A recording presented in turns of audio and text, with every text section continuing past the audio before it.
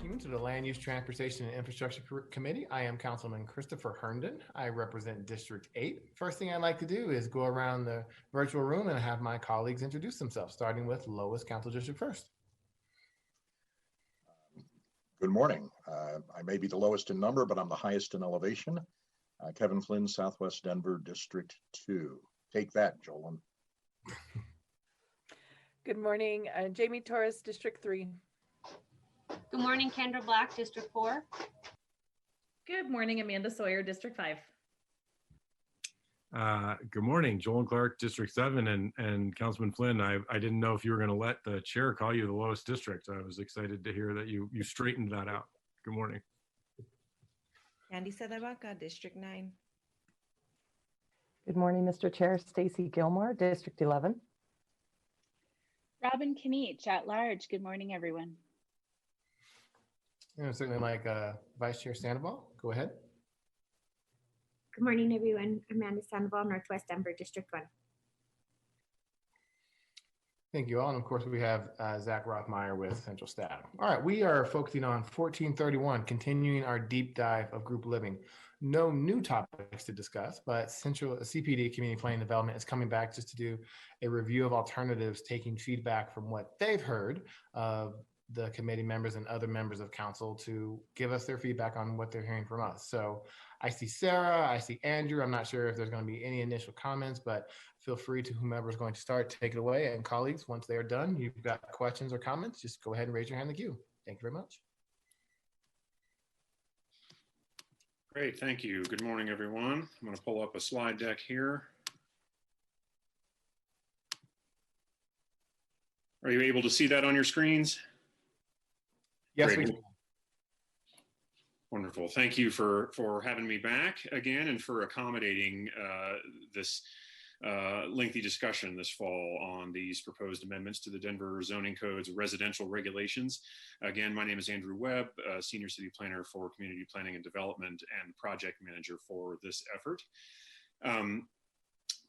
Today, I'm going to focus on, as the chair said, a high-level review of some revisions that you'll see based on comments we've heard from you, revisions that you'll see in a final amendment draft provided for the December 22nd LUTI meeting.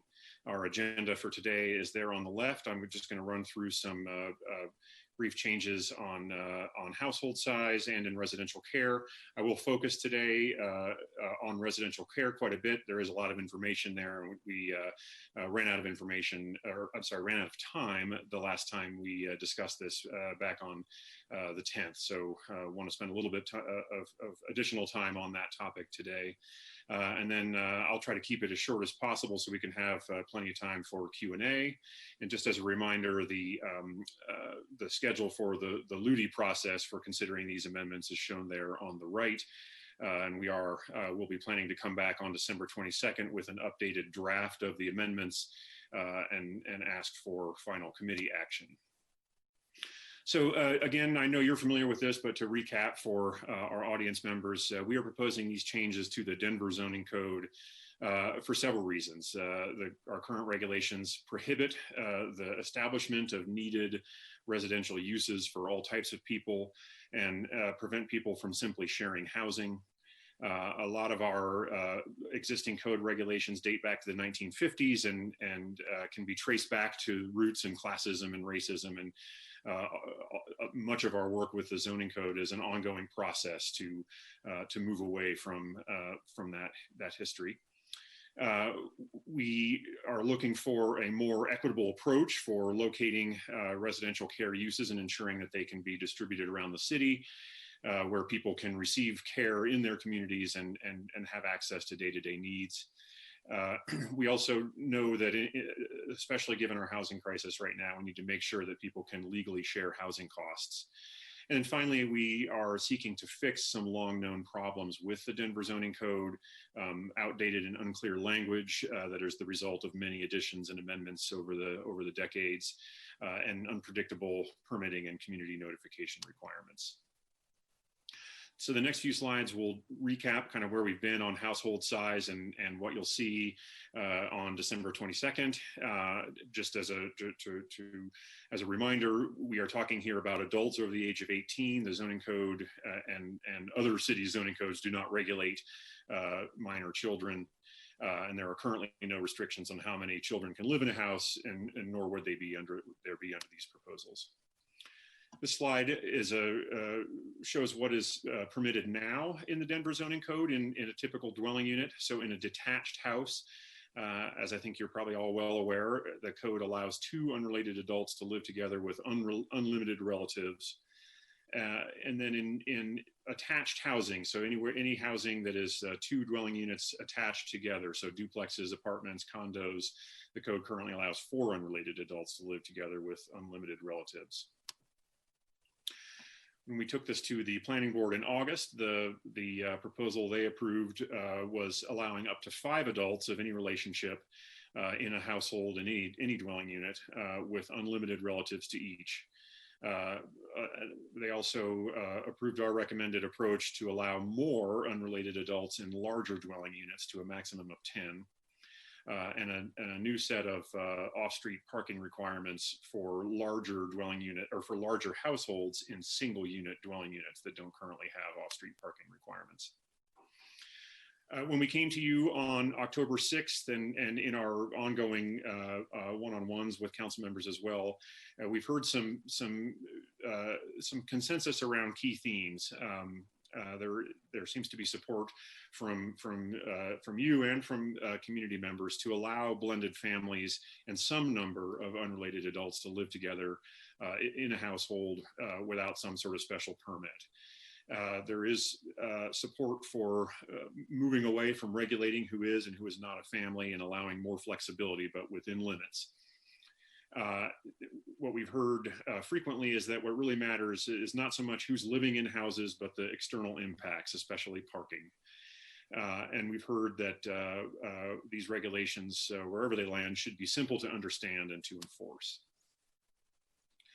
This slide shows where we think these amendments are going to land.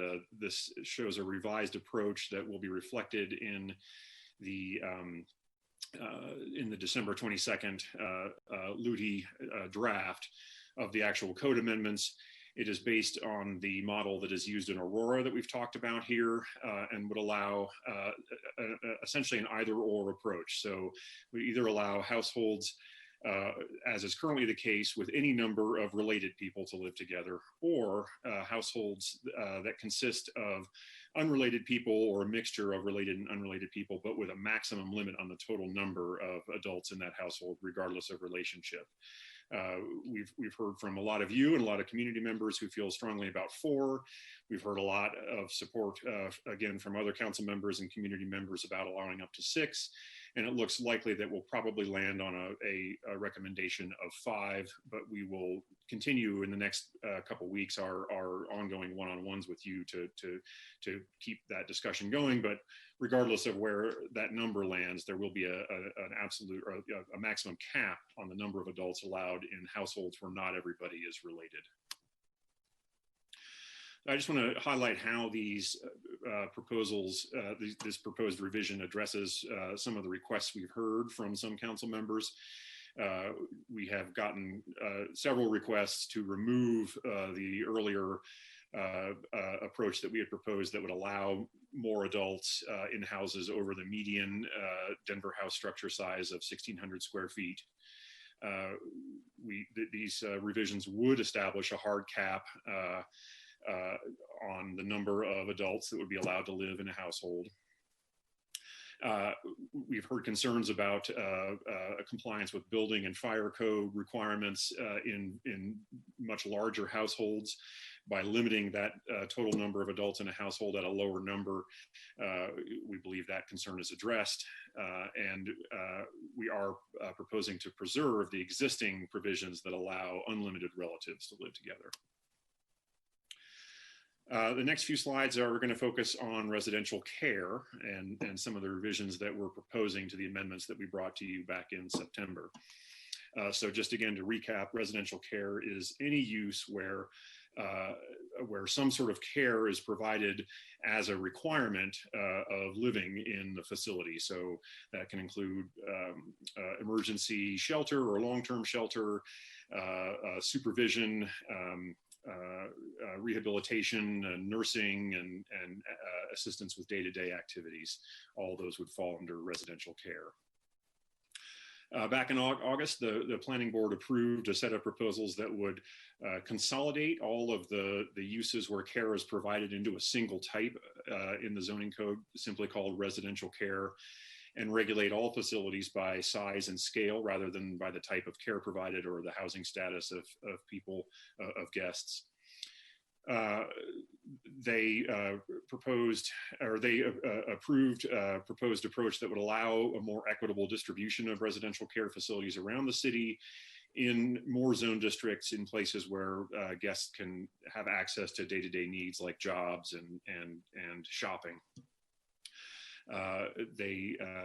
We proposed and they approved an approach requiring an upfront community meeting for any residential care use that serves 11 or more people, and for residential care uses of all sizes that serve non-paroled individuals or community corrections. That was a specific request of the planning board.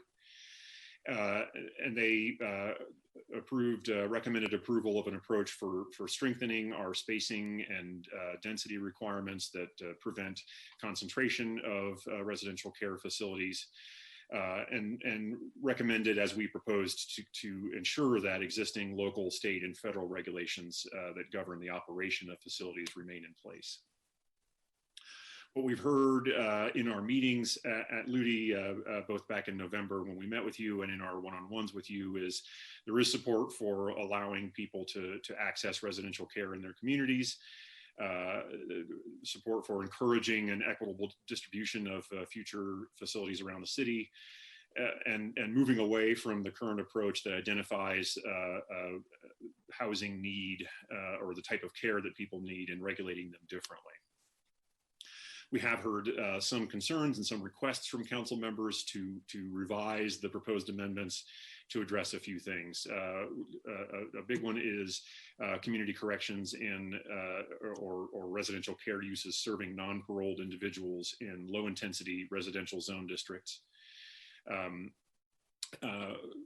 would just highlight here that these are highly regulated facilities. They don't, the growth of these types of facilities is rather slow. And we have heard some stakeholders advocate for allowing smaller scale community corrections facilities that could offer more community-based therapeutic programs. We've heard requests to lower the size of the type 2 residential care facilities, that second tier care facility size in our low intensity residential zone districts. Concerns about ongoing concentration of the smallest or type 1 residential care facilities in neighborhoods, and generally wanting us to make sure that we're not continuing a system of concentrating the largest residential care uses only in a few neighborhoods. So we are proposing a few revisions to these amendments to address some of the concerns we've heard, while still trying to balance some of those considerations that I just went over. For community corrections, we will recommend a revised set of amendments that would prohibit the use of a residential care facility in single and 2 unit zone districts to house non-paroled individuals. So community corrections and halfway houses would not be allowed in those lowest intensity residential districts. We will propose a reduction of the size of the type 2 facilities in those residential zone districts, as well as a provision limiting those to structures that already exist and were built for a civic, public, or institutional use. So essentially prohibiting the type 2 residential care facilities in houses. And then finally, we'll be recommending revisions to address the concentration of the smallest facilities. And we recommend a density limitation in this case. In the next few slides, I'll actually go into some details about how that actually works. A density limitation would allow for facilities to exist in some cases side by side, where they can provide advantages to both guests and operators, but only where there's not an existing concentration. And density limitations have the cumulative impact of preventing concentration in any one area of even these smallest facilities. So again, just to highlight some of the requests that we received from council members and how we are addressing those, we did receive a request to remove community corrections from the low intensity residential zone districts. And these proposed revisions would do that, although I want to highlight that we're proposing to still allow them in the row house zone districts, which already allow other more intensive uses. But they would not be permitted in single or 2-unit zone districts. We had a request to remove type 2 facilities from single and 2-unit zone districts. We are essentially preserving what currently allows by reducing what is currently allowed by reducing the size of type 2 facilities in those low intensity districts to 20, which is the number of people that are allowed now and what we currently call a large residential care in those low intensity districts. And as I mentioned, we're also proposing to only allow that second tier in structures that were built for some civic, public, or institutional use, so not allowing them in houses. And then finally, again, we heard requests to prevent the overconcentration of the smallest facilities in residential zone districts. And as I just mentioned on the previous slide, we are proposing a density limitation that would limit the number, to 3, the total number of existing residential care facilities that could be within a 1-mile radius of a proposed subject site. The next couple slides, you've seen these before, but they illustrate how the spacing and density requirements work. Just to note that all of the larger type 2, type 3, and type 4 residential care uses would have a spacing requirement, and type 3 and 4 would also have a density requirement, as would type 1 under these proposals. Spacing basically means that when you are proposing a site for a new facility, our examples are shown here with the red star. If there are other sites that, and that subjects or other uses, which are shown in the tan and yellow circles there, and the proposed subject site falls within that 1,200 feet or approximately 3 blocks of that existing site, then the new use would not be permitted. This on the right there, it shows that if the top subject site, again, this is just a hypothetical, but that would be approvable. But if the subject site were further to the south and east and was within that 1,500 or 1,200 foot buffer, or 3-block buffer of those existing facilities, it would not be permitted. And then this slide shows how the density limitations work. And it essentially means that no more than 3 other existing residential care uses can be within a 1-mile radius of a subject site for a new residential care use facility. So in this example, if a subject site is proposed where the red star is, there are 3 other sites within that 1-mile radius, which is when cumulatively that's about 2 miles across, about the width of most of Denver's core neighborhoods. So in this particular scenario, that subject site could be approved, but if it was just slightly north or slightly to the southwest, there would be additional facilities within that 1-mile radius, and a new facility would not be approved. I'll talk a little bit about community corrections specifically. So currently, community corrections facilities and other large residential care facilities have a 200 or 2,000 foot spacing requirement, and then a 4,000 foot density requirement. What we're proposing to change, both for all type 3 and type 4 residential care facilities, and per these revisions that we just talked about today for type 1 as well, is a new density requirement of the 1-mile radius with no more than 3 other such uses within that area. And then the spacing requirements would be retained for the larger facilities as well, the type 3s and type 4s of 1,200 feet.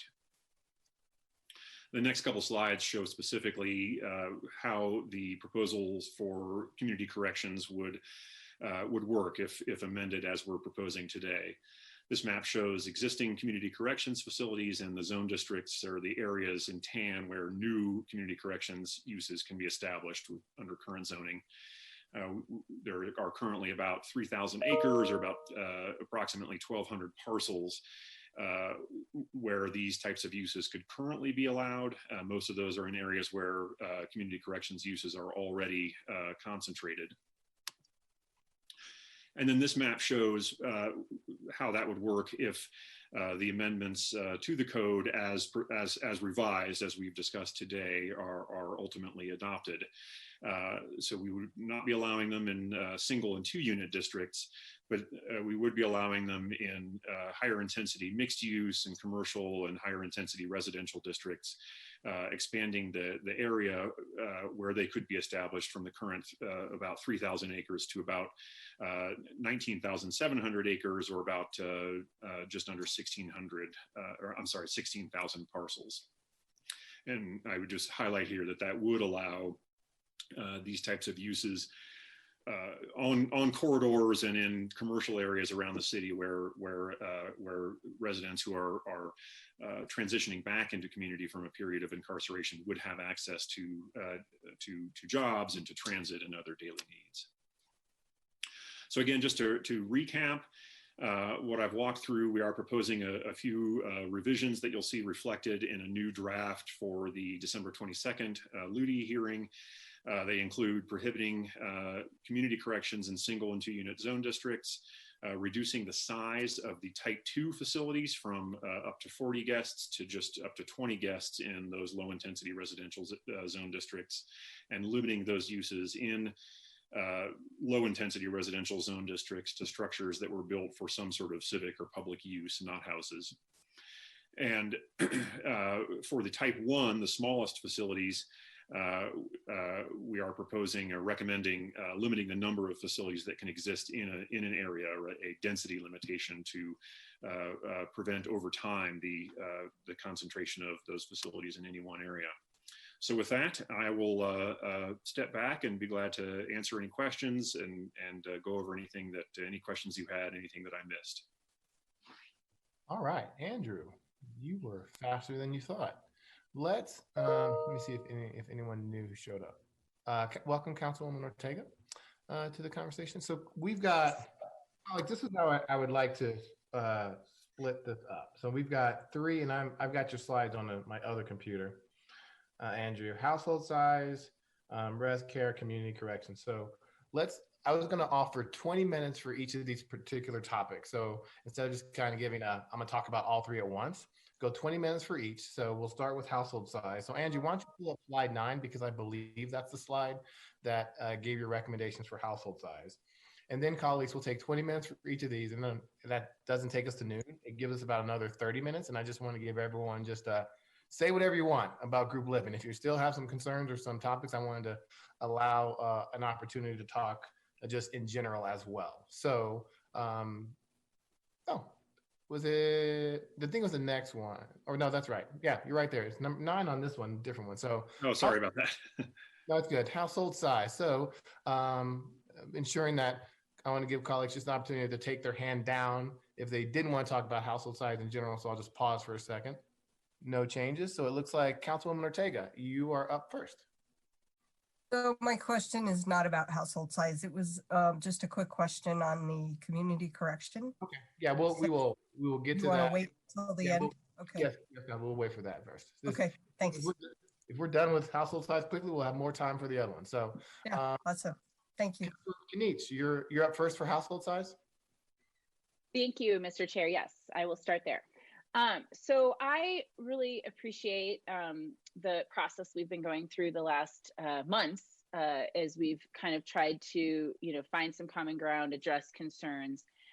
And I, don't envy the position the staff is in. You've gotten, very strong demands from very vocal council members. We have, other council members who've been quieter. And it's a challenging thing because the goal here is to get to 7, 8, 9, 10, as many votes as we can get, but we may not be able to please everyone. So I recognize that and just want to name that. So I will say, I feel like you were a little generous in your observations about what you heard from council, because one of the points you put on a prior slide was that you heard that people cared mostly about impacts. Unfortunately, I didn't hear that from my colleagues in our prior meeting. I actually heard that if 5 people are related, we somehow think that's different impact to the community than 5 people who are unrelated. I actually believe that the structure that we've landed on is one that is very much about who you are and not about the impacts you've had. Because we talked about permits, we talked about all kinds of options to manage external impacts.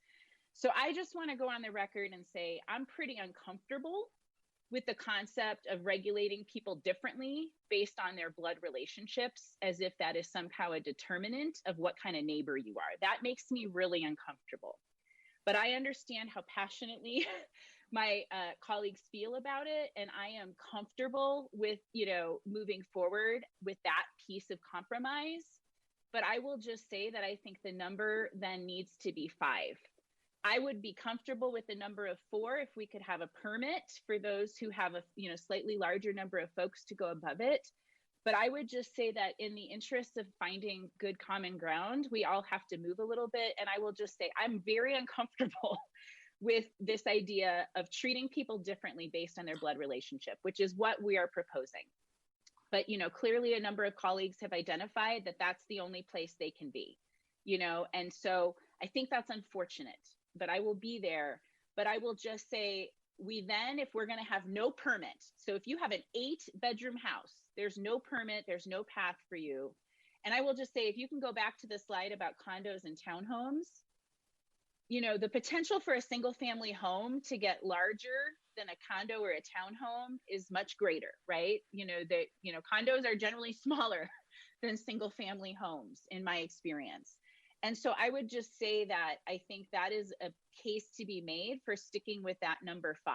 And I am one who would prefer to be at 6. I would prefer to be at a permit to go higher. I would prefer a path to adjust based on the size of the house. But again, I'm willing to compromise on some of those things, but we need to land on a number that makes sense. And so if we're allowing 4 in condos and duplexes that can be smaller, and again, I know that's not general, some newer duplexes are larger, but condos generally are not larger, and they're allowing 4. I think that the 5 is the right compromise. So, I'm sharing this feedback with Andrew, but I'm also sharing it with my colleagues because I just want to be really honest about what I think we're doing here.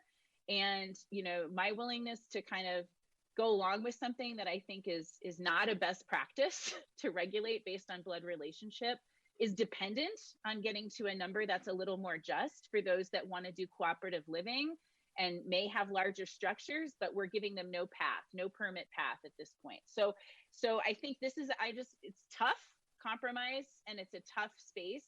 This is not where, some of our stakeholders who are most impacted have been in terms of needing these living arrangements or wanting to use some different relationships to form their families. So I can reluctantly be there, but I really ask that we stick with that number 5. Thank you. Thank you, Councilwoman Kanish. Andrew, could you go back to the proposal? Thank you. Oh, wow. There we go. Now everyone's not shy anymore. Councilwoman Seda-Baca, you're up. Thank you, Mr. Chair. I want to echo Councilwoman Kanish's comments. I think it doesn't make a lot of sense for us to go lower in single family units than we are in apartments and condos. That's silly to me. But I also think that the regulation by blood relatives versus unrelated adults is not really solving the problem of wasting resources on enforcement. In fact, there's nothing that really prevents anybody from just lying and saying they're related, they're relatives. There's no real way to prove that. So it doesn't make a lot of sense. if we're trying to reduce workload, if we're trying to reduce resources that are going to cases that are not actually gonna end up in a change. And so I do not support regulation by blood. It's antiquated, it's discriminatory, it doesn't make a lot of sense. And that's my comment on this. Thank you. Thank you, Councilwoman Sadebaca. Up next, Councilwoman Black. Thank you, Mr. Chair, and thank you, Andrew. Andrew, we've talked several times about the larger households, and we've talked about in Boulder, they have a co-op permit that owners can get. And I believe last time we talked about possibly after we get through this process that we could take another look at co-ops. Do you have thoughts on that? Yeah, thanks for that question.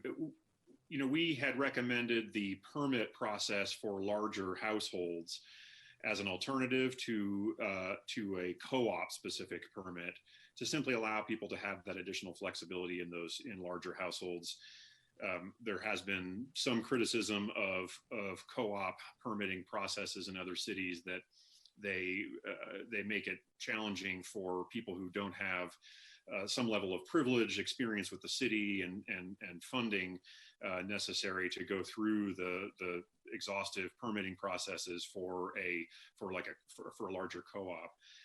But we, looking at what we're hearing, the feedback we're getting from council members, it does not appear that there is support for the larger house permit idea at this time.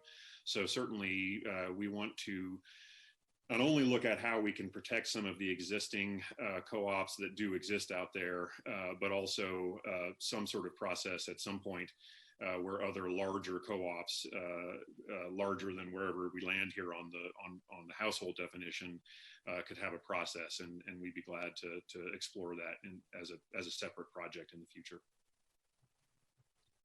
All right, thank you. You good, Councilwoman? Awesome. Up next, Councilwoman Sawyer. Thanks, Mr. Chair. Thanks, Andrew, so much for this information. So a couple of questions. In terms of the number of co-ops that are existing now and what would kind of happen to them, would they be grandfathered in kind of in the same way that the previous community corrections facilities and things like that were grandfathered in when those changes were made back in the 90s? Great question. The difference is that we know and we knew then where the existing community corrections facilities are, whereas most of the existing co-ops have been operating essentially under the radar and not in compliance with the zoning code. I think that we will look at, and we haven't would like to spend some more time thinking about this, but something along maybe the safe occupancy program that we did for congregate artist housing a couple years ago, look at ways where existing co-ops that are out there that we haven't heard from, but that we know do exist, when they come into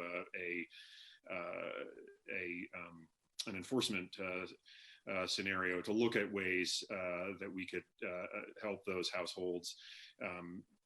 But those that were legally established, if they were legally established as rooming and boarding, for instance, in a higher intensity zone district, those uses would continue essentially, because they just like other uses that are grandfathered in, they were established when it was legal to do so.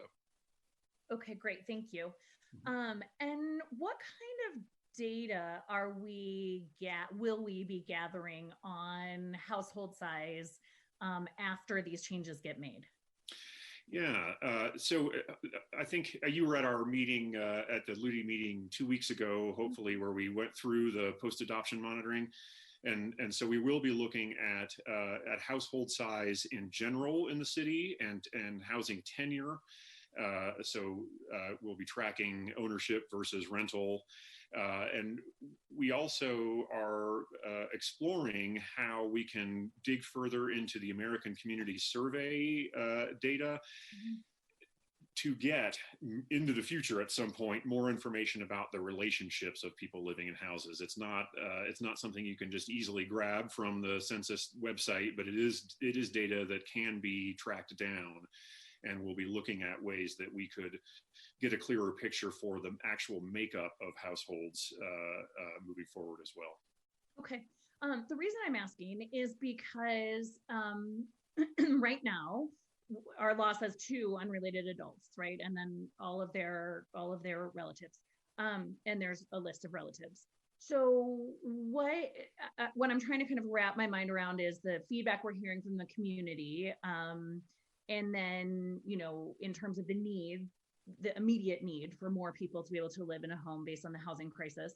And then also the tension we're hearing from other members of the community of this sort of fear of, you know, too many people living in a household together. So if the balance is, you know, 4, right, that's double the amount of people who currently live in a house. And then, or Councilwoman Kenich's proposal 5, if we're looking at 4 or 5, why would we choose one or the other?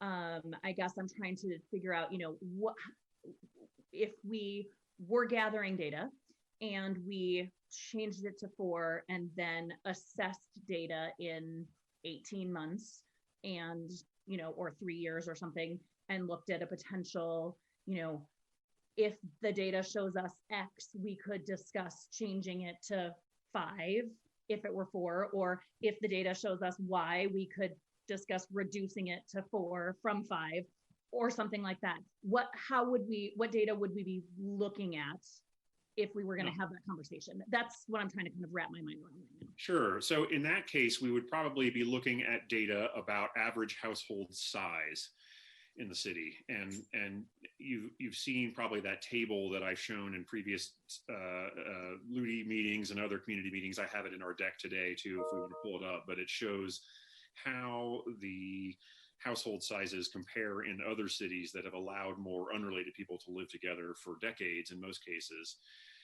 And what those cities have found is that people tend to live together the same way they do anywhere else. It's about roughly 2.5 people per household is the average in cities that even allow up to 8 unrelated people to live together.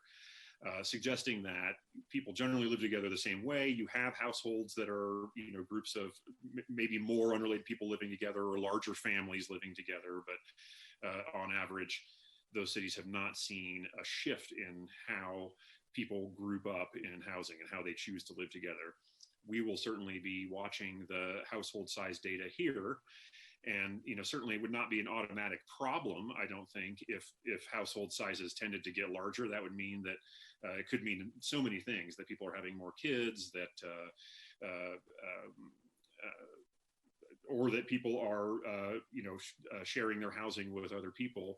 But we would match that data with other issues like complaints about parking and that sort of thing, and explore whether we needed to revise the approach based on a combination of those data inputs. Okay, great. Thanks, Mr. Chair. Thank you, Councilwoman Sawyer. All right, colleagues, we've got about 12 minutes left on the household size topic before we need to move on. Next, Councilwoman Sandoval. Thank you, Mr. Chair. So in your slide here, in my understanding, Andrew, that we would no longer allow unlimited amount of related people, that it would just be adults in a house regulated either 4 or 5. Because right now you can have 2 and then you can get a permit. So technically you can have 3. So if we were talking about doubling, the way my mind works is it would be 6, because right now you can have 3. You can have 2 legally and then you can get a permit. So my thinking was 6, but obviously no one else is there. So 5, if we did that. So would that mean that we take away all regulation when it comes to relatives? So you can only have 5 adults in a house? Is that what I'm understanding? So it would actually work both ways. It would essentially be an either or model, which is an approach that a few other cities used, including Aurora, and we've talked to them about how their enforcement works. It would allow a household to be either an unlimited household of people who are all related to each other, so essentially as is the current case, or a mixed household of up to X number of people. And so in that mixed household where not everybody is related, there would be a total cap on the number of adults, and they would not be allowed to have unlimited relatives live together. But if you are the other option, essentially a related household, then there would be no limits on the number of relatives who can live together, as is currently the case. And it doesn't matter if you're a minor or you're an adult. Is that correct for the family? This only regulates adults, so it does not address minors at all. And so on the top one for the related, so my husband and I could live together. His mom could move in, my mom could move in, and then we have 2 kids and they're over 18. They could all move in and we could all live happily ever after. I don't know if we'd all be happy, but we could all live together. Is that what I'm understanding? That is correct, and that would currently be the case as well. Okay. Well, I'll just say I have done some outreach. We hosted a Ask a Planner, and you were there, Andrew. And so I'm waiting to hear back, but I haven't heard anyone in Council District 1. I can't speak for the whole community, so I'm not going to speak for the whole community because I only represent Council District 1. So in Council District 1, what I've been hearing feedback from is 5 or 6. So I haven't heard that hard 4. So just so you know what you're gathering, I know that you're trying to provide feedback right now. So the feedback that I've heard in Council District 1 is 5 or 6 for the below one for the unrelated. Okay, thank you. Thank you. Thank you, Mr. Chair. Thank you, Councilwoman Sandoval. Councilwoman Kenichi, is it okay if I go to President Gilmore for this, since she hasn't had a chance to weigh in yet? Yes, please. President Gilmore, you're up. Thank you, Mr. Chair. Andrew, I know you're tallying down kind of where we're all at. And so, we've talked a bit about this in the community, and we have a town hall scheduled on the 3rd, but really I'm comfortable with the 5 related or unrelated per household. So just wanted to throw that out for your tracking. All right. Thank you, Mr. Chair. Thank you, President Gilmore. All right. Councilwoman Kenichi. Thanks. Just 2 quick questions, Mr. Chair. Thanks for letting me have a second round. Can you just confirm the original proposal, Andrew, did have some updating of the definitions of family because we have some pretty outdated language in the code, steps and foster and all those things. So can I just clarify whether that plan is still in place to update the definition of family in this proposal? It absolutely is. The same proposed definition, as well as the language about commercialization and rent by the room would remain.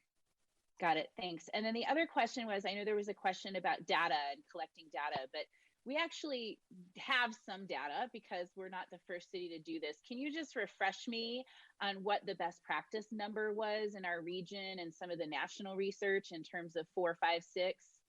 Yeah, I'm going to go ahead and pull that slide back up here real quick, if I could. So we looked at about 40 cities around the country and in the Front Range, and they are shown here on this slide. There was of course a full range from the very conservative over on the left side there to up to 8 on cities in the Pacific Northwest, and I would just note that California, the state actually precludes most municipalities from regulating this at all. But in general, most of the cities we looked at allowed up to 5 unrelated adults to live together in a household. And as you can see here, the yellow columns show the average household sizes in those places, which tend to be generally about the same as Denver's average household size. And I will just make the point I made last time, which is that household size is a lot. We could refresh ourselves, but even with no limit on relatives, we have less than 3% of houses in Denver with a large number of people in them. We have a large number of households that have children. And I just think that the odds that we can track household size, but to draw any causation between these ordinances and household size, to me, would be questionable, given the fact that childbearing has the biggest impact on population families. But anyway, setting that aside, I will just say that I think that, we do have data. We have many, many cities who use the number 5. Phoenix, Kansas City, Albuquerque, these are cities of our size, right? And then we have people in our region with our culture, right? Colorado Springs, right, is a very good comparator to Denver. So the fact that they've been able to successfully operate cities, the sky has not fallen, I think is good data.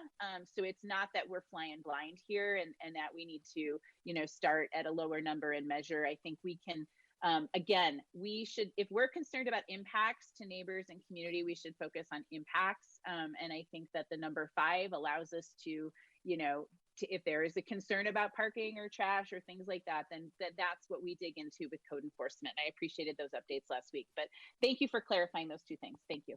Thanks. Thank you, Councilman Kniech. All right, colleagues, we've heard from just over half. Anyone else here in our room want to comment on household size?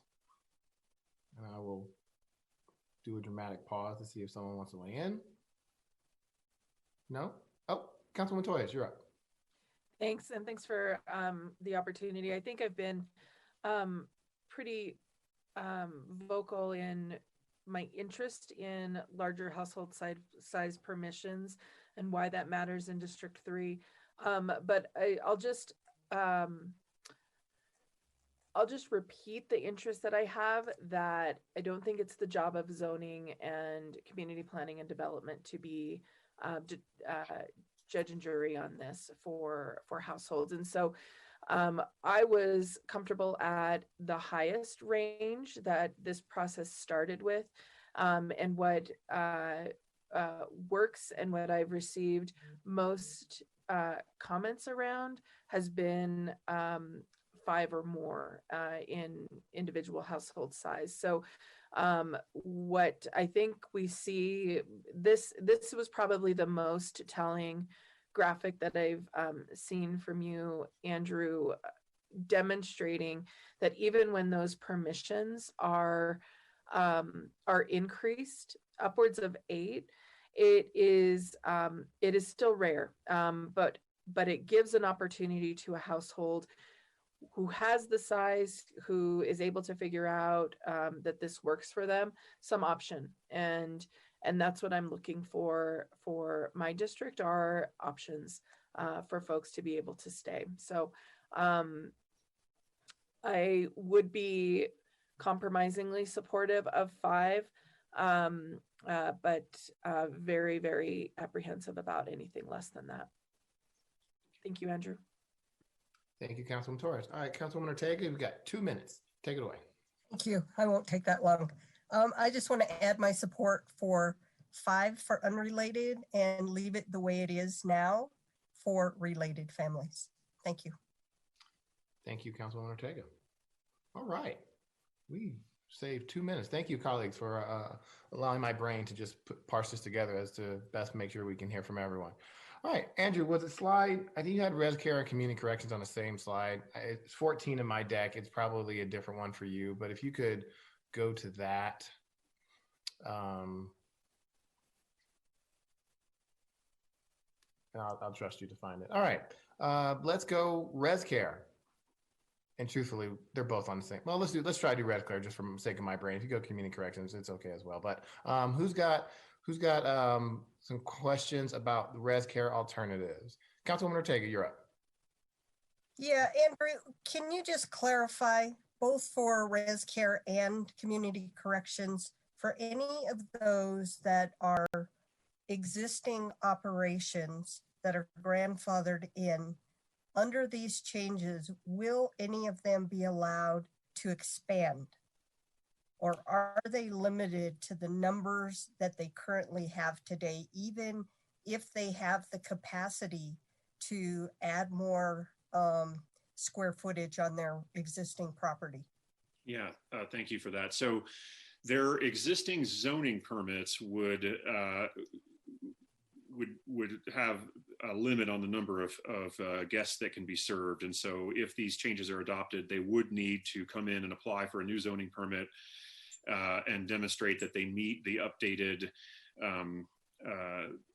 spacing and density requirements. If they did, then and they were permitted in the zone district, then they could get a new zoning permit and expand. However, these changes would allow a few new things to happen for existing facilities. As is currently the case, legally established facilities can continue to operate, but they would also be able to do a couple things that they can't now, including expand their structures. So if they have additional space and want to improve programming or use some underutilized outdoor space to provide better housing or more space for classes or programs, they would be able to do that under these amendments. So they could expand their space, expand their structures, or rebuild their structures, and they could also apply for a new zoning permit to expand the size of the facility in terms of number of guests if they can meet the new requirements. And is that exactly the same for res care and community corrections? Yes. Okay. Thank you for that clarification. I appreciate it. That's all my questions. Thank you, Councilman Ortega. Councilwoman Sawyer. Thanks, Mr. Chair.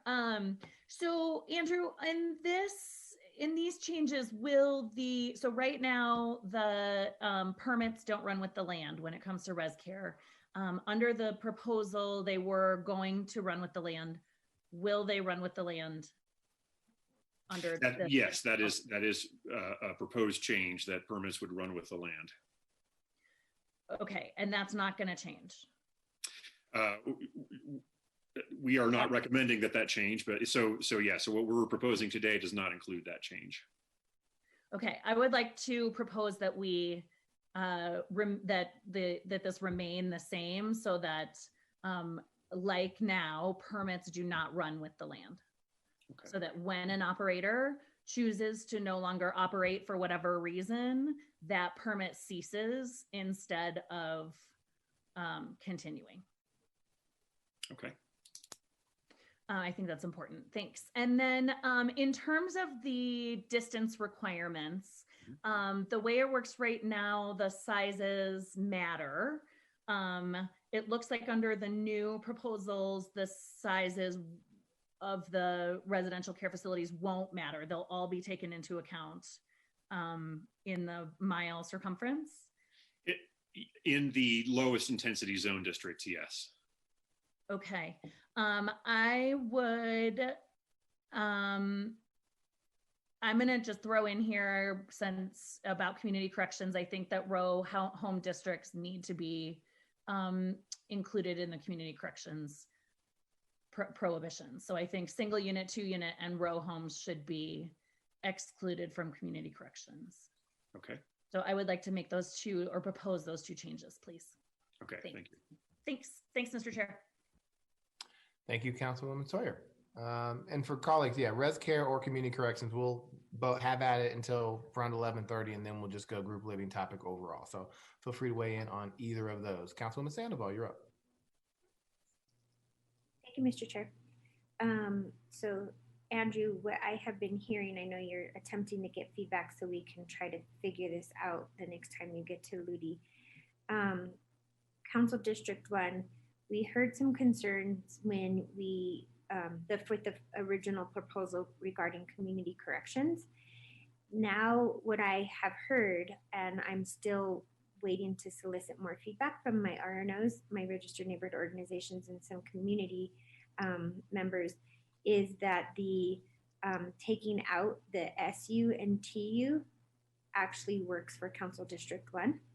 I don't know. I can't remember, to Councilman Sawyer's, I don't remember seeing a map, what it looks like, and the acreage. My mind works more acreage.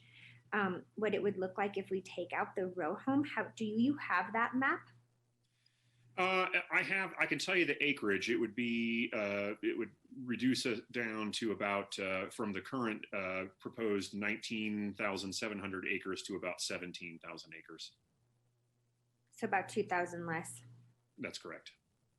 So I would have to, I can take it offline, but maybe you and I can look at a map in District 1 and look at where house is. And so I'm such a visual learner that I'll actually have to see a map in Council District 1 where row house is to see if I would be able to support that. But right now, what I do support is what you're proposing, taking it from the SU and TU zone districts.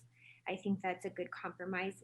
What I have heard is to some of what we're talking about, some of the triggers, is I would like a commitment, and I don't know how we codify it, but a commitment to come back in a couple of years to discuss that. I know we always say, oh, we'll be back. I've heard that. I knew this was coming since, working in Councilwoman Montero's office since 2012. And so I would just like, I don't know how we codify that. So maybe you and I could have a discussion offline on how do we even, because I do know that that's an interest in Northwest Denver. And I don't have anything else for the other proposals right now. Thank you, Mr. Chair. Thank you, Councilwoman Sandoval. Councilwoman Knight, you're up. Thank you. My first question, so we have two different kinds of existing structures. So I just want to make really clear which one. There's existing providers of residential care. So I guess let's start there. The proposal was made that their permits would expire if an operator changed hands. And I just want to talk about the implications of that. We're talking about grandfathering existing facilities. And that's important, that if we want to have, again, the alternative here is not whether or not people come out of jail or prison. They come out. 99% of them come out. The question is, do we want them to have supervision and support as a transition, or do we want them to go right into community living, by the way, in any home they want, in any neighborhood, because that is their constitutional right. Once they've served their time, they are free. But do we want them to have a transition with supervision? And we have some providers that are quote unquote grandfathered. So if they were to sell their business, there's a couple that are for profit, most are nonprofit, but we have seen nonprofits merge, change structures. Universities have, gotten in and out of this business. So if that were to happen, and you were in a non-conforming situation, what would happen to that facility? Well, if we retain the approach of allowing the permit to run with the land, a facility that is non-conforming but is legally established could continue under another operator. It could be transferred to a new operator. Right. And if every permit expires, if and when operators change hands, we would lose any existing facilities, yes? If they changed hands, if the permit. Yes. So this is a really serious proposal, and I'm not sure if my colleague understood the implications of it, but I just want to roll this out. So many things would happen. One, services to very vulnerable people would stop being provided, right? And so that's number one. Number two is there would then be pressure to build a new facility to replace the non-conforming one that can no longer be used. And so we potentially add new services to new neighborhoods, have new conflicts and new fights. Whereas instead, we have a facility that has been integrated into a neighborhood for quite some time. We've all talked about the fact we don't get complaints from community corrections facilities there is not incidents of people in community corrections facilities committing crimes against their neighbors. That has just not been documented. So I know there are fears out there, but we have a place where someone is, a facility is long established, and now that will cease. So I think it's really, really important that zoning permits run with the land in this case. This is a zoning permit. This is very different than your right to operate and have a contract with the city. And I don't know if Greg Morrow is in there, but I just want to talk in particular about community corrections or shelters as well, if they're receiving any city money. But there is a difference between saying your zoning permit is gone because you've decided you can't provide this service anymore, and there's another nonprofit who steps in and no longer can this facility operate, versus, hey, this facility is operated by, the Colorado Coalition for the Homeless today, and it's going to be operated by, Denver Rescue Mission tomorrow. And there's a conversation about whether the provider is prepared to do things. So I just want to separate out the change of providers and the control we have in a contract situation versus eliminating a zoning permit, because it's a very nuclear option to say that this facility is now no longer allowed to function because it loses its non-conforming status when it changes hands. Or, for example, when the council says we don't want for-profit providers, every one of those zoning permits then would go away if we had a change in values as a council about who we wanted to do business with. So is Greg around to talk about what happens, you know, in the case of a change of provider and our control that we have is in the contracting realm and in the regulatory realm? Because I get the goal. I'm imagining that the goal is, hey, there was a provider, now there's a new provider. We want to have a new conversation with this provider about how they're going to operate. So I just want to see if there's another way to get to that outcome other than potentially losing facilities that are very difficult to operate, build, site. So, Councilwoman Kenichi, I do not believe that Greg is with us today, okay. But I'd be more than happy to maybe set up a discussion here in the next week or so with him where we can all talk about this. Yeah, well, and again, it's not my concern, but I heard the concern come from a colleague, and I'm very concerned about the proposal that, so I think there's always, I'm interested in how do we address people's concerns, and sometimes there's another way to get at them other than the proposal. I would not support eliminating the zoning permit if there's a change of operator. That to me is very dangerous in terms of potentially losing facilities that are grandfathered. The second thing I wanted to ask about is, this question about the row homes. So can you talk a little bit more about how the row home zone district looks and feels compared to other zone districts that we're talking about? Yeah, so and this is going to be very generalized, but and it gets a little bit more nuanced when you actually look at the code amendments. We're not proposing that these uses be allowed in the row house districts that do not allow the apartment building form. So essentially, it's row house districts with a 3-story signifier and up. And those districts currently do allow the apartment building form, and they allow they allow rooming and boarding houses, for example, and other higher intensity residential uses. They allow multi-unit housing, and so we are proposing to retain this particular type of residential care use in those zone districts as well. So just to be clear, again, to get to the underlying values or interests, there's an interest in preserving the character of single family neighborhoods, some of which have 2-unit housing, some of which may have attached row homes, but only in places where there is a character already allowed for apartments or other non-single family type structures would these uses be allowed. That's right, and only where the underlying zoning is RH3 or above. Okay, so I think that RH3 is really important and very helpful for me, and I think that given that explanation, it seems that I would not support taking. It seems like that is more like a mixed use. It's more like other zone districts than it is like single family from what you're describing. So it seems that we have row homes that are two stories and below are treated like single family already in your proposal, and they will not have the higher intensity. All right, last question. So existing structures, saying that this type 2 can only use existing structures. I'm really concerned about this. I understand the purpose here of excluding single family homes from being turned into institutional uses, but the idea that you might have, we have, churches that are dilapidated, for example, and might need to, it's an institutional use now, and I may need to demolish it and build a new structure that's more appropriate for people to live in. It's not always easy to retrofit a church or an institutional business building to something that's humane. We don't just want a roof over people's heads. We want them to be in a humane environment while they heal or end their lives. If they're seniors and this is the twilight of their life, I don't want to just put them into some retrofitted building that may not be well suited. So I guess I wanted to ask about this limit to existing. I get the idea of existing institutional spaces, but am I reading it too much to say that it wouldn't allow you to rebuild a building or build a new building? As currently proposed, it would mean that the building has to already exist. And I think the idea there is it's an adaptation of the existing requirement, which is that a large residential care facility is only permitted in those zone districts in a building that existed prior to 1993.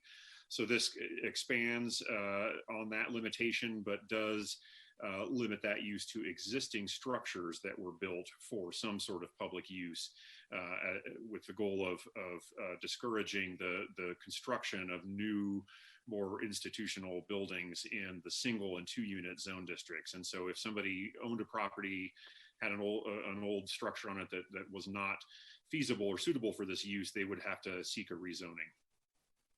I guess I would suggest that it's a romantic notion to think that it's easier to reuse an existing building, but it's frankly much more expensive. We're talking about like thinking about people who are experiencing homelessness. These providers are not flush with cash.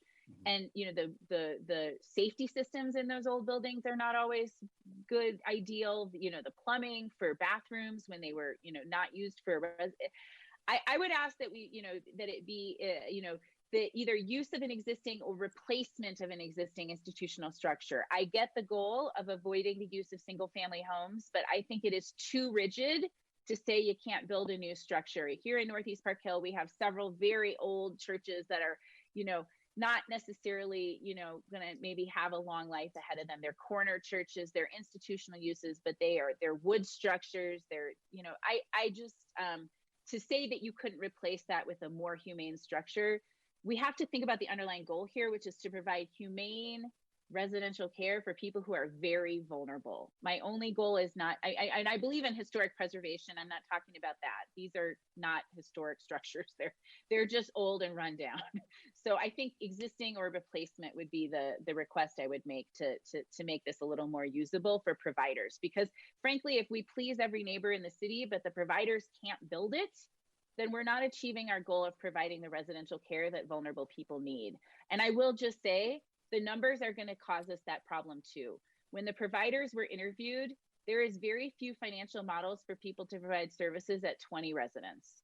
There's kind of break points at which this makes sense financially, and they were saying 25 to 40. The reason the number was 40 was because it makes financial sense to operate a facility like that. So by making some of these compromises, I just want to point out, we are undermining the goal of being able to provide residential care for vulnerable people. So I'm very concerned about dropping the number to 20 for that reason. Again, I can live with it if we can make some other, you know, accommodations, but, you know, the providers gave the feedback that 20 wasn't a very practical number to operate. So we should just be aware that while we may be protecting some of the character of the neighborhoods, we may be limiting our ability to serve vulnerable people. And that needs to continually be reminded as we talk about what we're giving up when we make these trade-offs. So thank you very much for letting me talk about that. Thank you, Councilwoman Kamish. All right, colleagues, we got just under 25 minutes, 5 colleagues in the queue. Councilwoman Black, you're up. Thank you, Mr. Chair. Actually, most of my questions were answered, but I had one final question. Andrew, are there any distance requirements for any of these sizes from schools? There are not. Okay. That's all I had. Thank you.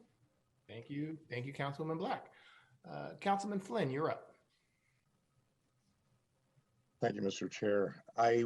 We haven't talked today about the former Chapter 59 areas, of which I have a lot in my district. I know Councilwoman Gilmore has a lot in her district. How do these alternatives impact on Chapter 59 areas as far as residential care / community corrections? I have, for instance, a lot of B3 areas, shopping centers that are B3 with waivers and conditions, but that allow residential. So are we talking about Chapter 59 changes only so far as household definition, or are you proposing to come at us later with extending all of this to Chapter 59? Because that's a much broader issue than just household size. Thank you for that. So a few clarifying points. This set of amendments and the revised set of amendments that you'll see on the 22nd will just be to the Denver zoning code and will not amend or change anything in Chapter 59 areas at all. Right. But as hopefully viewers saw when we came and presented to you 2 weeks ago on the plans for former Chapter 59, we do have 2 approaches that we are exploring for former Chapter 59, one short-term and one long-term. So in the near term, we're looking at again a separate project in early 2021. We would start with outreach to the affected neighborhoods, and then propose a set of an amendment to the municipal code that would make the household definitions in the Denver zoning code applicable in former Chapter 59. It would not impact residential care. We would begin that outreach in early 2021 and then go through the typical adoption process later in that year, planning board, LUTI, city council. And then separately, again, as a longer term project, CPD is looking at how we can identify the resources for a larger project to ultimately rezone the areas under former Chapter 59 and bring all those areas into the Denver zoning code so that we can just have one code for the whole city. At that point, then those properties that are under B3 and the other zone districts you describe would be regulated by their analogous districts in the Denver zoning code. But the reason they're not in the current zoning code is that there weren't any analogous districts. So what? That's right. So it'll be take a lengthy. I'm thinking, for instance, in Bear Valley, which is in the Denver zoning code mostly, except for the commercial strip on Wadsworth from Yale down to Dartmouth. And so there's a shopping center there that is, I think most of B3, there's a PUD. And so while the folks in Bear Valley might say, okay, these, what you're suggesting looks good, they need to know that you're planning later to say that that commercial area could be a future community corrections site. And I think that needs to be, we need to think all this through before we, before we move forward with the whole package. Yeah, I do hear what you're saying. I think let me ask you then just the bottom line, and you can't answer this now, but maybe because it requires doing a new map. Can you redo that map that had the community corrections areas on it currently and then under these alternatives, and then throw in the Chapter 59 areas that one would presume would be then eligible for community corrections or not? Now, a lot of it is R1 or R2, et cetera, and would not be, right? Well, and I would note that map, and I can pull it back up here actually, does show that for the, generally speaking. Here, let me scroll through to it. So areas in blue on this map are in former Chapter 59. Yes. And so you can see some of the areas that you talked about down here in blue. Certainly, again, I don't think we could presuppose what the new zone districts would be. We're talking about a whole separate and very extensive project to go property by property and explore how to bring all those areas into the Denver zoning code. But you could generally assume that the regulations that impact commercial areas in the Denver zoning code would be similar to the regulations that would impact commercial areas in former Chapter 59 if we ultimately rezone those areas. But I don't want to suggest that these are two things that are going to happen at the same time. Right now, we are just focused on the Denver zoning code, and then we'll move forward on these approaches for former Chapter 59. Right. For my constituents who live in those areas, and I suppose for Councilwoman, I see District 5, Councilwoman Sawyer, Councilwoman Gilmore, Councilman Herndon, and some Stapleton areas, and Councilwoman Black. That is a question for us. So to move forward with a final package on this and say, well, we'll solve Chapter 59 and see where all the dust settles on Chapter 59 later is somewhat problematic. I know we have an appointment coming up one-on-one as you're meeting with other folks that we can talk through this, but it would be nice to be able to drill down on the Chapter 59 areas and see where we think these would apply, because that'll have a lot to do with how I end up voting, I know. And by the way, I should have said at the very beginning, Andrew, thank you very much for all the work you put in on this and for talking with us and for trying to come to some common ground with us and with our communities. I really appreciate that. Sure. Thank you, Mr. Chair. Oh, thank you, Councilman Flynn. Councilwoman Sadabaka, you're up. Thank you, Mr. Chair. I echo a lot of the comments made by Councilwoman Kanich. However, I do actually appreciate the type 2 size. I think that allows for different types of residential care. I am concerned about the prohibition of all community corrections in single unit and 2 unit. We discussed last time that we met that there are currently community corrections facilities in single unit neighborhoods.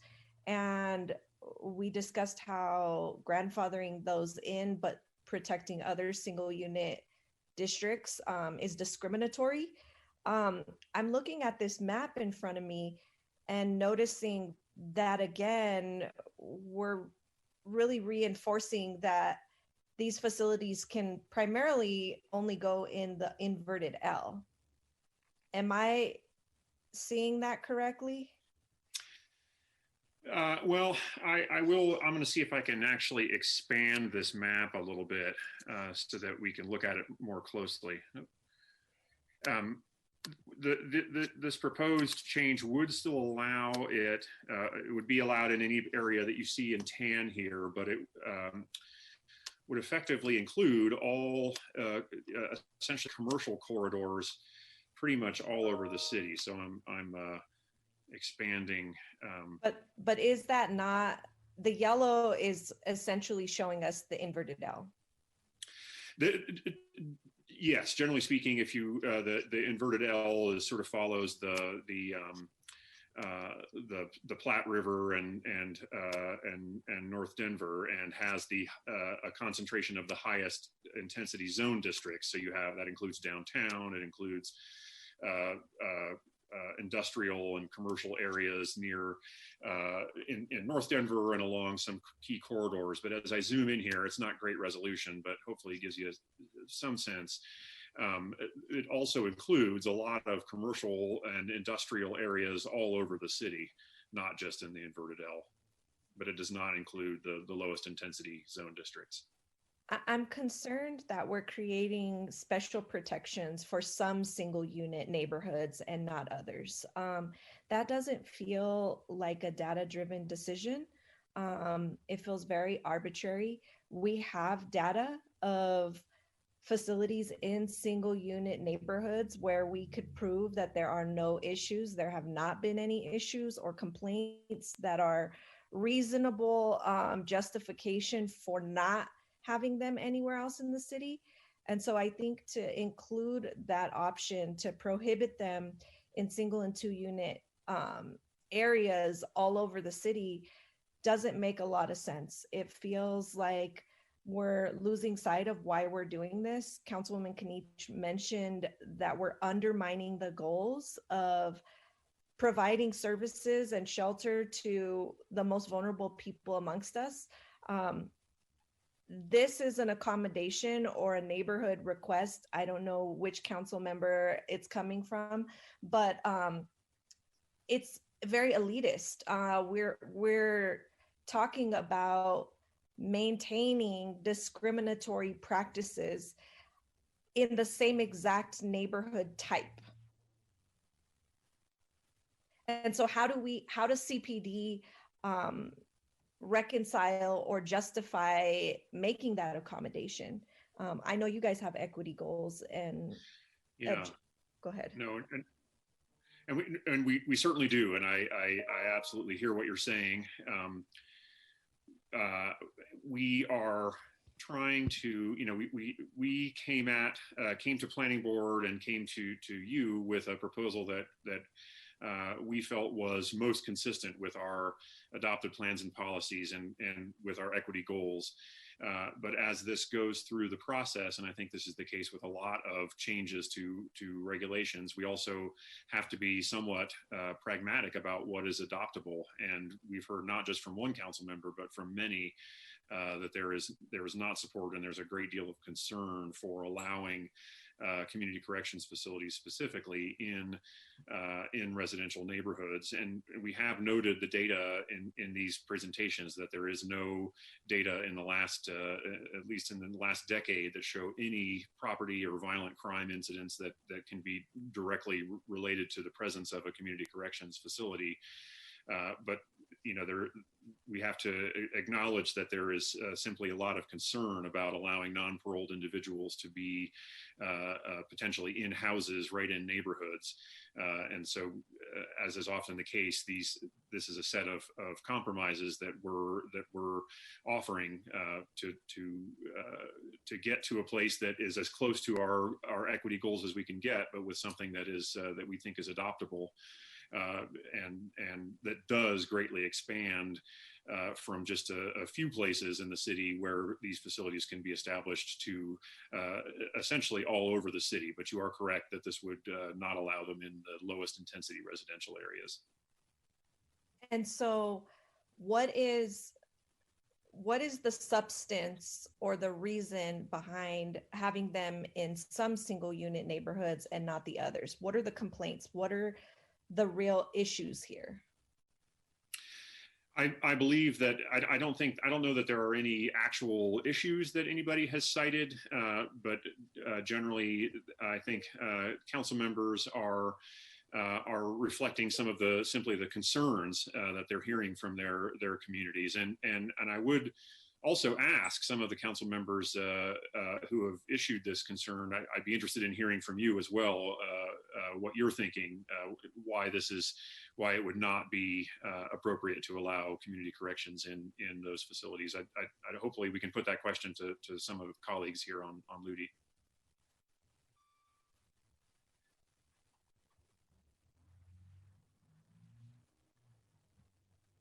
Councilwoman Sedebaki, do you have anything else? Well, I was waiting for council members to speak up on it. I guess if you're in queue, you can speak up on it during your comments. Final question. Andrew, there's a lot of changes happening with community corrections at the state level. And we may not do community corrections the way we currently do them next year. And so I'm wondering if the state decides that we can do them completely different, that you don't have to have, basically, you're not property of the state. You don't have to be property of the state in order to be in a community corrections program. And it's not technically a facility that is part of your sentence. What kind of category does community corrections then fall into? Sure. So any use where some type of care or supervision is being provided would be a residential care facility. And even with these proposed changes, we would not specifically say community corrections is not allowed in low intensity neighborhoods. What the language in the zoning code would say is that residential care facilities serving non-paroled individuals, so that individuals who are still serving their sentences, would not be permitted in those lowest intensity zone districts. So if a facility, as is currently the case, is providing service to people who have already completed their sentences, nothing would change from the current practice. The people who have completed their sentences are permitted to live wherever they want, and that would continue. Got it. And in other cities, there are not community corrections permits or zoning. It varies. Some cities regulate them like they do other residential care uses, but many of the cities we looked at do specifically identify community corrections or halfway houses or simply people who are not on parole yet as a specific use type and regulate them differently. Got it. And I wonder, there was a change made to create that second category or type based on size. And I wonder if making that adjustment changes how people feel about community corrections in single unit districts. Was that something that you discussed with other council members, or is that something still left on the to-do list? I would be interested in hearing from council members if they have thoughts on that. But we have not, that's not a question we have asked specifically. Got it. Thank you. That's it for my questions. Thanks. Thank you, Councilman Sedabaka. All right, colleagues, we got 6 minutes. We can go a little over, but I do want to make sure I afford opportunity for people just to comment in general in regards to specific topics. So Councilwoman Torres, you are up. Thank you, Mr. Chair. Thank you, Andrew, for this. A couple questions that I have. So what it looks like is for District 3, we've got a lot of, any of our row home zoning, it looks, just estimating from the map, like probably about half of District 3's is 2.5 and not, and then the rest are 3. What you're proposing wouldn't affect 2.5 necessarily, right? That's correct. It would be essentially the RH3 and up, if that's what you're referring to. Okay, just so my neighborhood also has just some context around this. The piece though that I think is interesting, because it's not just about how it affects District 3, it's about what's the distribution throughout the city, what's the level of opportunity throughout the city. What I recognize and what's been a consistent interest of mine is for CPD to regulate impact, for CPD to regulate intensity, and where row home housing tends to be, from what I'm gathering, is right buffering up against Main Street, MU, MX kind of zoning along main commercial corridors. Is that somewhat accurate? That is correct. Yeah, row house zoning does tend to be a transitional zoning between higher intensity commercial or mixed use areas and lower intensity residential areas. Okay. I don't have a compelling reason to eliminate it, from what I can tell in terms of what kind of zoning would pass muster, I guess, for my vote or my support. And so unless there's a compelling reason why row homes might be different from other things like MU zoning, which allows some apartment dwellings, and we're building toward intensity, and a lot because our household size has shrunk, so we're demanding more housing to be built, period. So I think we can't keep chasing our tail when it comes to where we're permitting intensity to take place, and then what's allowed to happen within that intensity is kind of where I'm coming from on that piece. So a question that I did have around the concentration map that you showed for facilities. I was confused on the number of 3.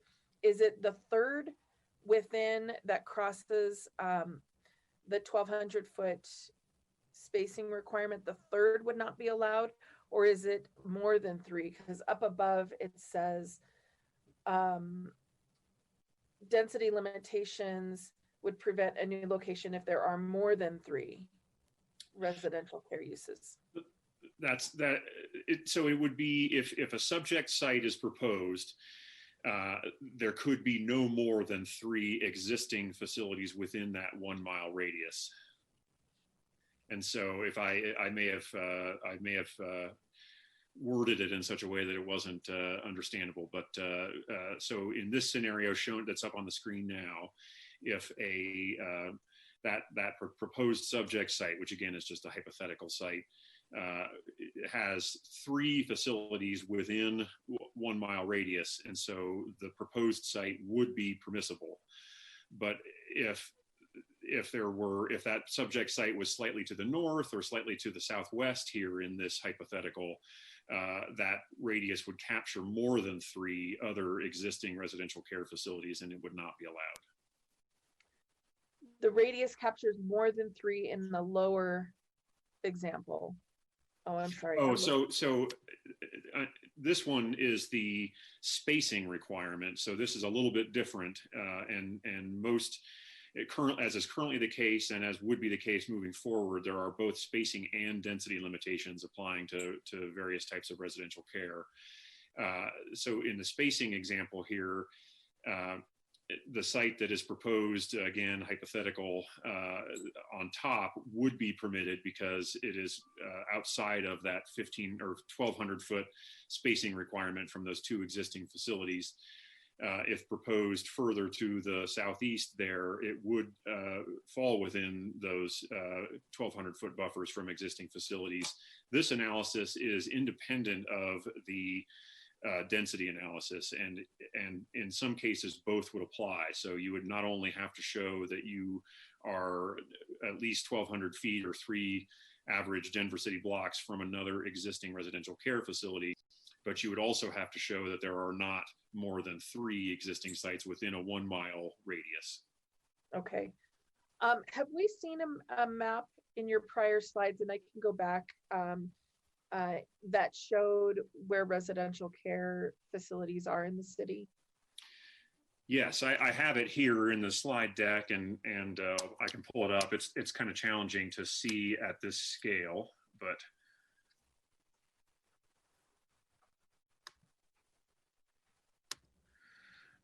so this map again is very hard to read at this scale. It is on our project website, and we've been working on it and keeping it updated for the last couple years as a part of this project. But essentially, what you see in red and black on that deck, those currently represent the existing shelters and community corrections facilities, and then the blue and yellow and tan spots are transitional housing and what we call special care homes currently, and other small residential care uses. And so this map of existing facilities would be used to do that analysis of both spacing and density requirements from from proposed new facilities. Okay. The one thing that I'm thinking about, one in actual kind of issue in District 3 is we've got residential facilities where neighbors have zero problem with what they're with who they are and what they're doing. Some are sober living, recovery homes. Others have other types of models, and are indistinguishable, I think, from the single family homes that they're surrounded by. They are single family homes in and of themselves, just with a different type of operation inside. And we not just have no complaints about them, we actually have words of praise about them and the types of neighbors that they are. What I'm also thinking about is an aging population that we have, and whether or not we're giving our city enough options to care for aging in place and senior communities. And so I'm thinking, I'm trying to think much bigger picture, but I'm not sure that I'm willing to compromise, I think, on the density kind of piece, but I can feel it becoming problematic and a barrier for some really well operated facilities. And then I am compelled by what Councilwoman Kinich talked about when it comes to the zoning permit, and that the permit from CPD's side is not the exclusive thing that allows a community corrections facility to operate. And so I don't know why we would pull a permit in kind of transitioning ownership or operation. So I'm not as bought in on that piece yet. Okay. Those are all my questions. Thank you, Mr. Chair. Thank you, Councilwoman Torres. All right, well, I'll do a hard stop at 11:40 just so we can go broader picture. But Councilman Flynn, I'm going to leapfrog you to allow Councilman Cashman to go. Certainly, thank you. Thank you, Mr. Chair, and thank you, Councilman Flynn. Andrew, just one question. I've kind of got map overload here. How many corrections facilities are currently located in single unit and two unit zones?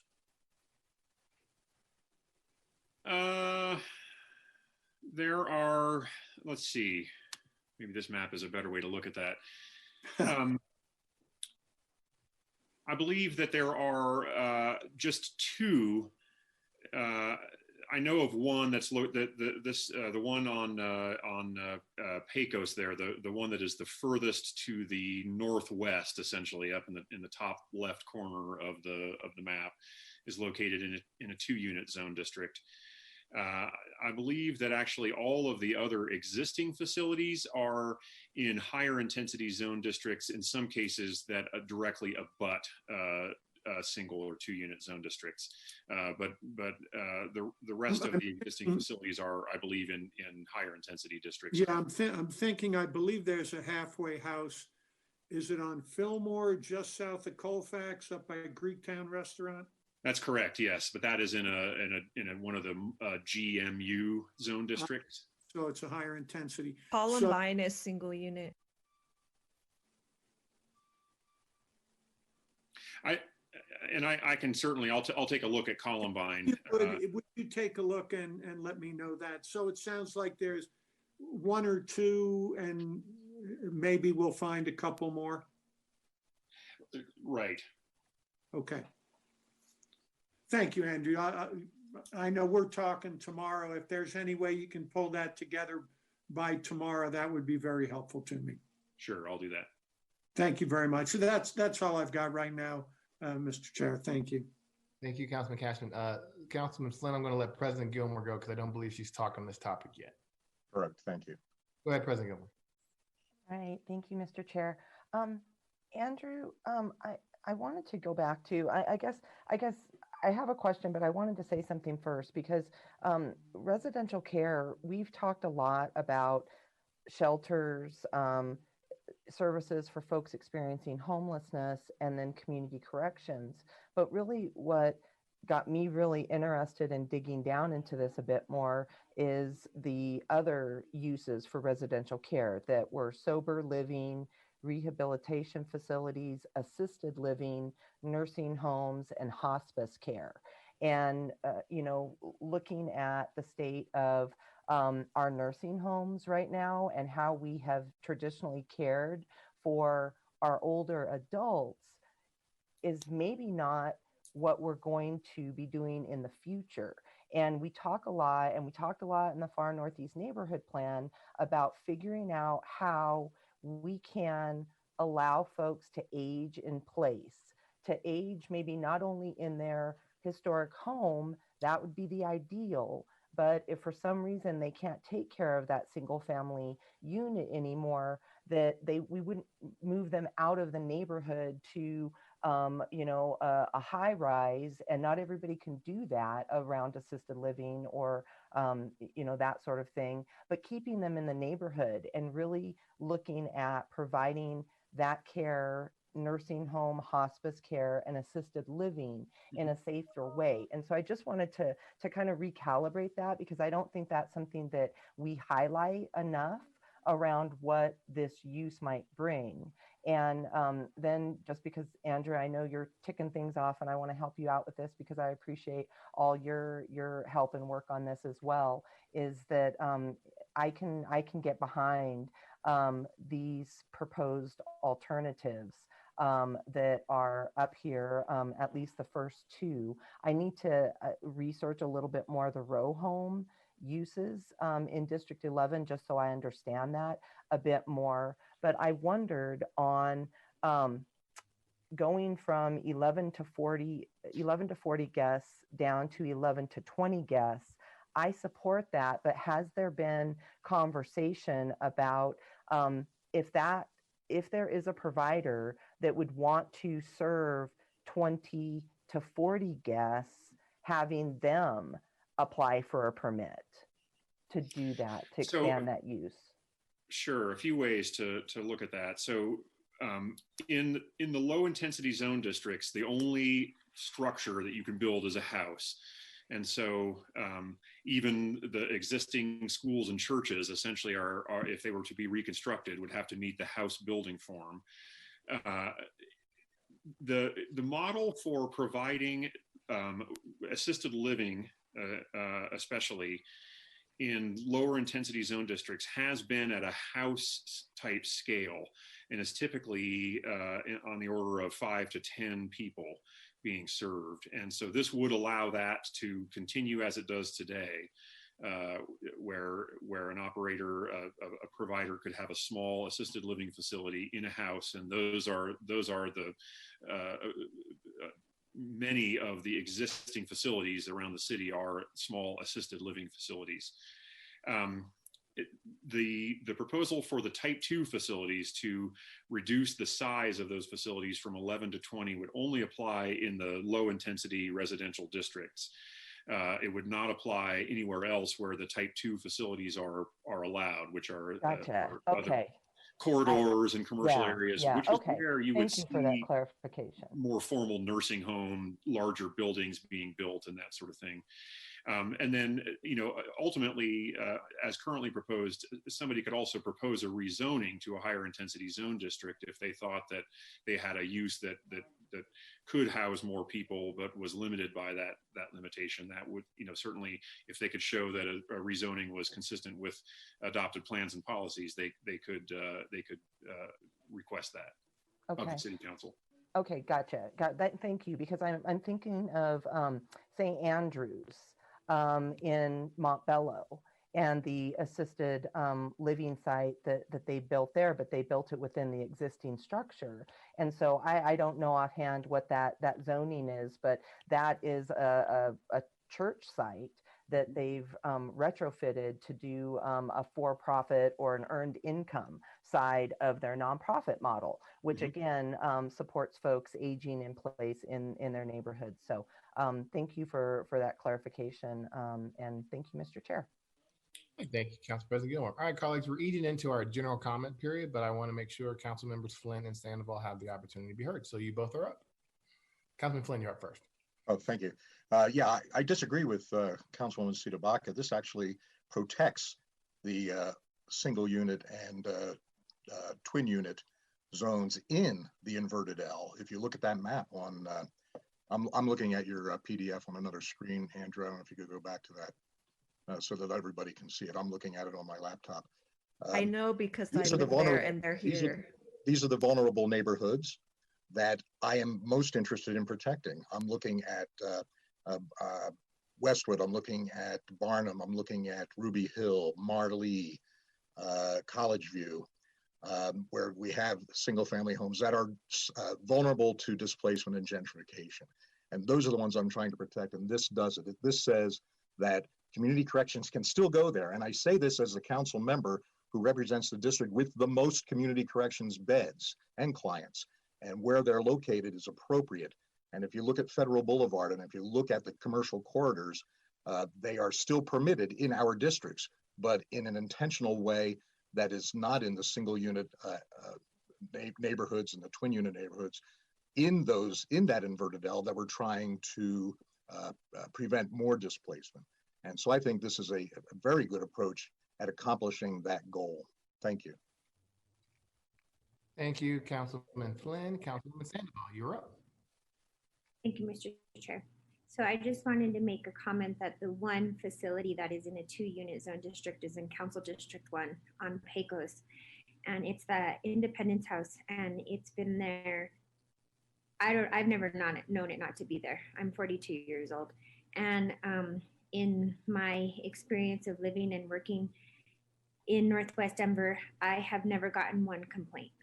And I have been in the council office representing the area either through Councilman Montero, Councilman Espinosa, and now myself since 2012, so almost 8 years. And we have never gotten one complaint from the Independence House on Pecos. Actually, we've gotten really good thanks. They have helped us when we had the hailstorm. They actually went out and helped us, did cleanup in the Chaffee Park neighborhood. I have actually called them when I have seniors who contacted our office who need their snow to be plowed, who cannot go out. They've helped when this summer, they helped go clean up some of the parks that had got graffiti. So I would say that although I think we have to define what protect means, I feel that my neighborhood has been protected by having the Independence House in a 2-unit zone district. They keep an eye on the neighborhood. They are watchful. They tell their everybody who's living there if something's going on in the neighborhood. They actually have helped in more ways than I can express during this little amount of time that I have to talk. So I think that my notion of what it means to protect might be a little bit different than some of my colleagues, but I just had to share that because in that zone district, it is a 2-unit zone district and it has been there. And what's unfortunate is they have space to expand, and they would not be able to expand, nor have they been able to expand since their existence. And I would actually like to see places like that in 2-unit zoning and single unit zoning. I am not afraid to have people who have come from jail into my neighborhood. I have had family members who have used that system and they do not end up back in the prison system. They actually are working members of society. So I just had to say that because I think I am, other than maybe Council District 9, I am the only council district that actually has one in a 2-unit zoning. Thank you, Mr. Chair. Thank you, Councilwoman Sandoval. Councilwoman Sandoval, back up. Thank you, Mr. Chair. I agree wholeheartedly with Councilwoman Sandoval on that. We've never had a complaint, only helpful instances that you would expect from any neighbors. I did have a question to refute the argument that Councilman Flynn made. I never really know when he's joking or not, but Andrew, is our residential care facilities and shelters and community corrections known to cause gentrification and displacement? I'm not aware of a connection between shelters and community corrections on displacement. Got it. Thank you. Thank you, Councilman Sedabaka. All right. Well, we have gone a little over. One, CPD, I want to thank you for this entire process as we've done this. And I just, colleagues, and I hope one of you doesn't take up the entire 15 minutes, but was there just anything general that wasn't spoken about group living that you would like to just to put out to CPD during this time? Something else you might have forgotten on any of the other previous subjects? I just wanted to offer a little bit of time at the end, and I'll probably stop it at 5 minutes just to remind folks what's going to be next coming forward on the 22nd. So I just wanted to pause and see if any colleagues wanted just to share their general thoughts about the group living, something that was not mentioned during this time, and just anything else you wanted to share. Councilwoman Torres, you're up. Thank you, Mr. Chair. I really appreciate, Andrew, the amount of time and intention that you've taken to make sure that you're hearing a lot of what all 13 of our council members are hearing from their own communities or have been deliberating themselves when it comes to these recommendations. Your willingness, I think, to contemplate any suggestion, any question, any research question that we've asked. So I appreciate that from you. I'm processing through a number of different things, not just for what would work for District 3, but what really kind of course corrects on the ways that zoning has been used to regulate communities, community character, who lives in our neighborhoods and who doesn't, and the amount that that neighbors lean on zoning rules and community planning and development to help regulate that. One of the things that I'll mention, because it's a reality, and when I met with opponents of any of this process, I'm sure they still oppose the accommodations and the amendments that have been made. It started off on the merits of the components of the group living zoning changes, but ultimately got down to who they do and do not want as neighbors. And this was probably the most disheartening kind of part of my conversation with these residents who brought themselves to Westwood, to my most densified immigrant community, to complain about migrants living in large numbers in their neighborhoods. And it was exposing, I think, of a lot of the fear that takes place in when we're talking about this. And I think what we're trying to do is cut through that to actual impact,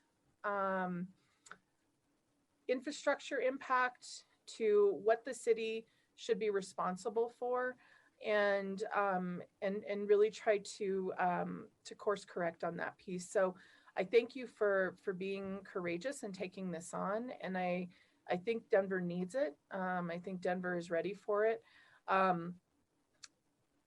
Multiple families living in a home, co-op housing, community corrections, res care is not why District 3 residents are getting displaced. It's just not.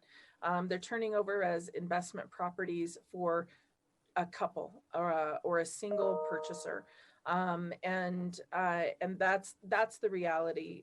So the ability for more folks to be creative in their housing, to find ways for keeping up with the rent in Denver, for finding ways to address some of our most critical issues is a collective issue, and something that I think the bones of this amendment really try to get to. So thank you for that, and I look forward to our next steps. Thank you, Councilwoman Torres. All right, we got 10 minutes, 3 colleagues. We're probably going to go a little bit over, but I hope everyone can stay on so we can get to everyone's comments, assuming they're brief. Thank you, Councilman Sandoval. Thank you, Councilman Torres. Councilman Sandoval, you're up. Thank you, Mr. Chair. So Andrew, thank you for your steadfast leadership on this project. I know you spent numerous evenings with me and my community, and I'm sure other community members. And I always talk about, when you talk about someone's home, you're going to get all kinds of emotions. So this is talking about all of our homes. And one thing that I haven't talked about in Northwest Denver is I have Mount St. Vincent home and I have the Tennyson Center for Children. And both of them focus on care for our most vulnerable, which are some of our children. And I will say Tennyson Center is running out of beds.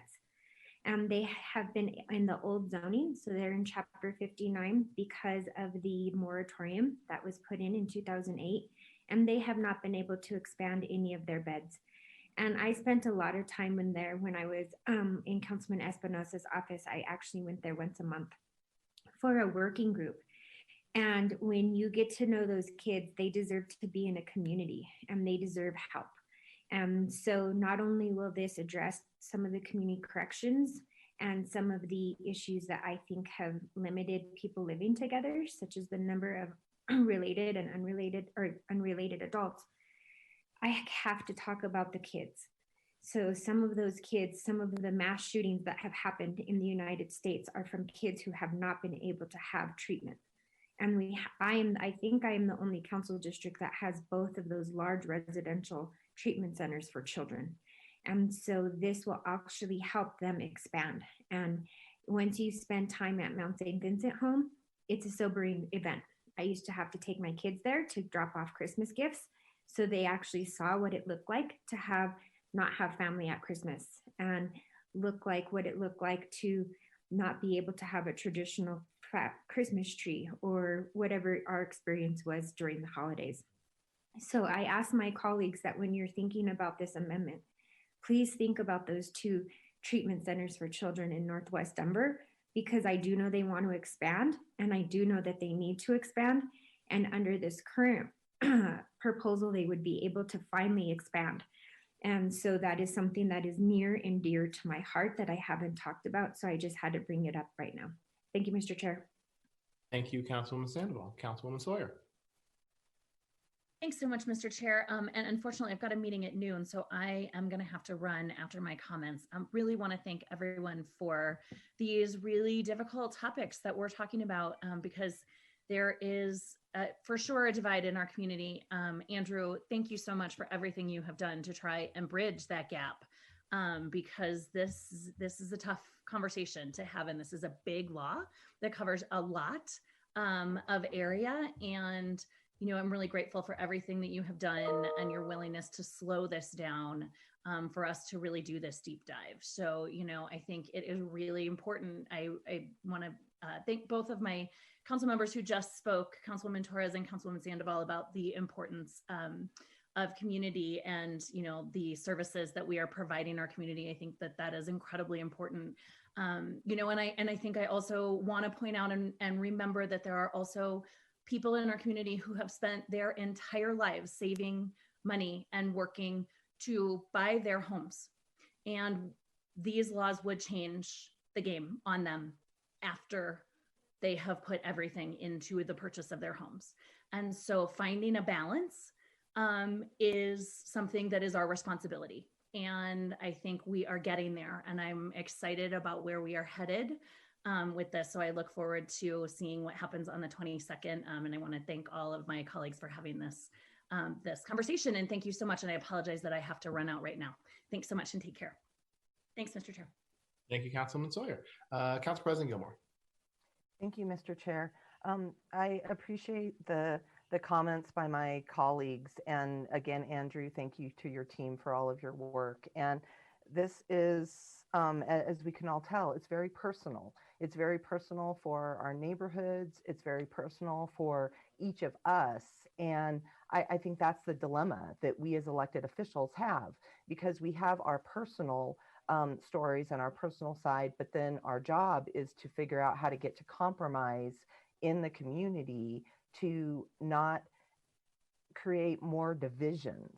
And that's the dilemma. And, I'm hearing from African American and Latino homeowners who have put all of their money into their property, and they're concerned about that. But then I also have talked to folks and have personal stories within my own family. My nephew Toshio was in the prison system from the time he was 17 years old until he was shot and killed when he was 33. He went in and out of halfway houses, and unfortunately, it wasn't enough because he also had significant substance abuse issues. And so he wasn't one of those folks that made it out, but this would be a site for my nephew Toshio in the community. My husband is, and I've cleared this with him, so it's all good. He is going to celebrate double digits of sobriety coming up early this month. And there's a lot of folks in our community who have addiction issues. They need a place to go and heal and have that support. We have a lot of elders. We're all going to get older. Do we want to go to a nursing home, or would we like to have that option to stay in our community and age in place in the same neighborhood that we raised our children in and our grandchildren maybe are still living in? And so the anti-immigrant rhetoric and it's those people instead of it's us, I'm trying to shine that light back on me as well, and come from a place of compassion and empathy, because there's a few negative consequences always with change, but we don't know what this is going to bring as far as the positives and the good to help those in need in our community. And so that's really the dynamic tension that I think we're all sitting in. And I just want to appreciate my colleagues and the CPD staff for a robust conversation, and more to come. Thank you, Mr. Chair. Thank you, President Gilmore. Councilman Cashman, you're up. Yeah, thank you, Mr. Chair. Andrew, I know you're not a solo on this project, that you have a team that's worked with you, but you have been the face of this project, and I've never seen a contentious issue handled more professionally or more energetically, so my thanks, along with the others that have expressed that. Truly impressive work. And it is, we all come from our individual life contexts, and I'm choosing to honor all the opinions that I've heard. I haven't heard anything said that I think is crazy or not understandable. And, I have people that, while in a minority of those that I've heard from, who want absolutely no change, leave it at 2. They're good with that. Don't expand anything.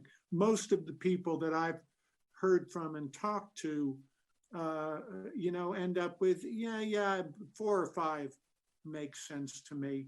And I've said from the beginning that I could be comfortable with 5. I appreciate all the compromises that have been proposed. I'm thinking I'm probably there on the managed group living residential care side of things. I'm just, for me, this has been, I've looked at this as a next step, not the end of the discussion.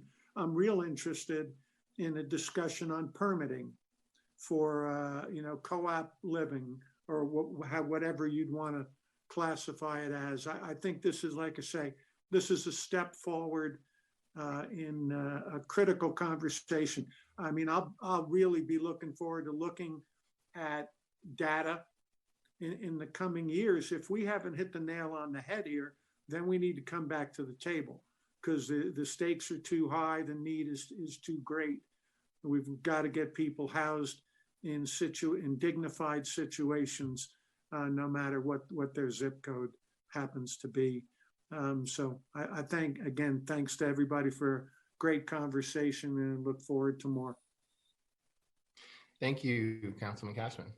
All right, seeing no other comments, I'll just quickly weigh in how much I really appreciate this process that we have, and for CPD and your flexibility. I mean, I know a few months ago you were hoping we could just go through the normal standard process, but as LUTI chair, hearing from colleagues and community members about the concerns, I really felt it was necessary for us to just pause and just reframe how we have this dialogue. And I think that this has been very fruitful going through this process. We put together a very aggressive timeline with CPD and Zach and myself, and now here on December 1st, I feel pretty comfortable that we're at a place on the 22nd where you bring something to us that will be reflective of what the council members hearing feedback from the community will be a better answer no matter what happens on the 22nd. So I want to thank you for that.